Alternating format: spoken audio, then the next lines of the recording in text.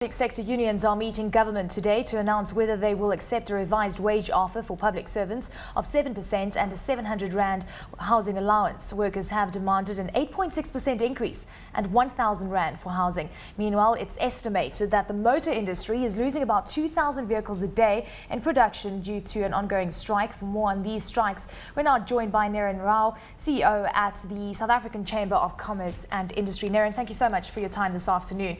It's quite a difficult scenario that's playing out at this point in time, and when you see what's been happening in the public sector, we know that it could account to around 1% of government spending if they do get that 1,000 Rand housing allowance. On the other end, you've got the auto sector strike at this point in time, and also given the fact that South Africa is so instrumental in trying to get most of these vehicles out to the rest of the African continent, we play quite a vital role. They're asking for 15% at this point in time, an indefinite strike in the auto sector until they get their demands. What do you think of the whole scenario? We are deeply concerned about this level of behavior and activity in the labour market at this stage of the year. Generally, we would expect labour activity and protest action to be tapering down at this time of year. In terms of both strikes, there are substantial potential economic impacts. You've mentioned the degree to which the automotive strike is going to impact on our exports. That is a key sector in terms of South Africa's export market. And it's coming out of the crisis not on the soundest of footing. So its ability to afford the levels of increases requested is really doubtful, and it's going to impact the sustainability of many aspects of this sector going forward. On the public services side, our key concern is the degree to which an absence of certain services will impact business.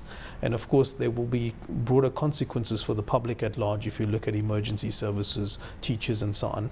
On the business impact side, there are some elements within the public service which obviously have the ability to impact business on almost a daily basis and have dire consequences for the ease of doing business in South Africa. And one thinks of customs and excise here. One even thinks of home affairs and our ability to process labour documents, especially where we import labour. So there are a number of areas of the public service which could send a very negative message abroad when it's realized that there's an impact on ease of doing business in South Africa. And that's one of the concerns we have. What sorts of contingency measures do you think government has in place for if that strike does occur? Do you think we'll be able to alleviate some of the damage? I think that on a short-term basis, contingency measures may carry us through. I believe there are contingency measures in place, but they're not widespread. So it's some departments that have contingency plans in place. They definitely will not be able to stand the test of a protracted strike. And that is why we beckon the parties concerned to come to agreement as soon as possible in the interests of the economy and the country at large. Housing allowances also, it's quite an interesting issue that is playing out in South Africa. I mentioned that housing allowances will amount to around 1% of government spending alone. And now they are saying that they are willing to give around 700 Rand. It is a very scary scenario, but surely government could also stand tall and perhaps say, well, if you increase your productivity levels, perhaps we could start considering these aggressive wage negotiations. Quite right. Productivity has been the problem. People always point to relatively high wage levels in South Africa. That wouldn't be a problem if it was matched by productivity.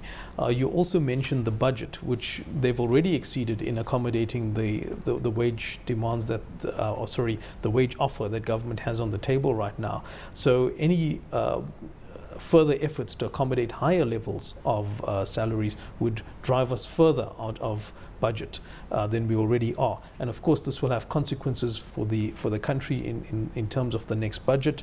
It will have a knock-on effect for taxation. So there are many economic consequences that are spin-offs from these strike negotiations. One of the other factors that concern us, to go back to the productivity issue, is that it seems that as we go through this strike season, which is now fairly protracted given our history of strike seasons, it seems like there's an undue influence in respect of previous collective bargaining outcomes.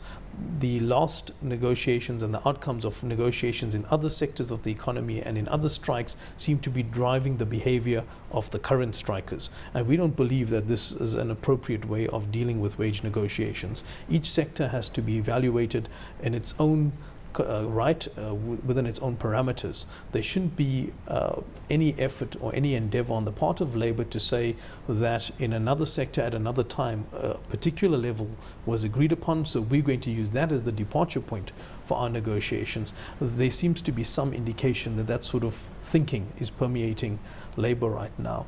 As a last point on essential services, one of the concerns we have, which we hope don't come to fruition, is that their right to strike, or their right not to strike rather, is being tested. They want to test it in the sense of how does deprivation of the right to strike affect their ability to march. That sort of thing is really not welcomed in the current circumstance. It's not behavior in good faith. It will have consequences for essential services in every respect, have consequences for the public at large and business in particular. So we really don't think that testing rights and to some degree playing around with different versions of words is an appropriate way to treat this. One has to look at the principle rather than the words that are used in spelling out certain constraints and rights under the law. And the principle is that providers of essential services may not strike because those services must be provided. Well, Neren, you said that the previous wage settlements shouldn't be used as a precedent for the current negotiations. But a couple of months ago, we had municipal workers getting a 10% plus increase, if I remember correctly. So it must be very difficult for public servants to settle for less when they saw their colleagues in municipalities getting 10% plus. So it really did set a precedent, didn't it? Yes, it does. And it's human nature to obviously bear previous settlements at the back of one's mind, but one has to look at the context, and it becomes a very complex process when you try to adopt this type of rolling behavior, use the previous one as a base for future negotiation. One has to look at the context. How are municipal workers paid, at what levels in relation to the national service? What is the conditions under which those municipal workers are employed as compared to the national service? What are their working hours? What are their productivity levels? What are their responsibilities? It's not a simple matter of just taking the last settlement and moving on. It's interesting to note. I mean, South Africa came up with some interesting numbers. 6,400 rand is the average labourer's wage, which is around $874. In China, it's around $263, and also just trying to compare the productivity levels there. What do you think we're doing as a country, especially when it comes to the automotive strike that we're dealing with now, because it does make up around 6 to 7% of South Africa's economy?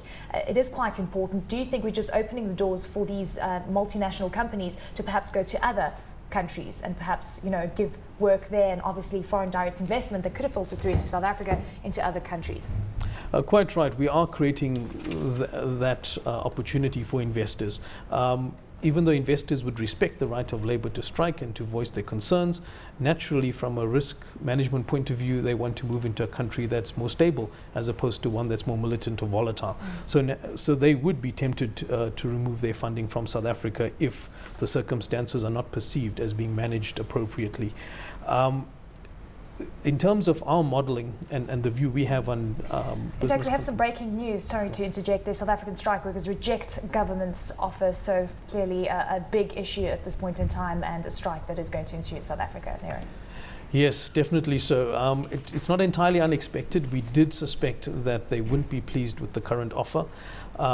I think they're going to draw this out a bit longer, and once again there may be some spurring on based on the recent history.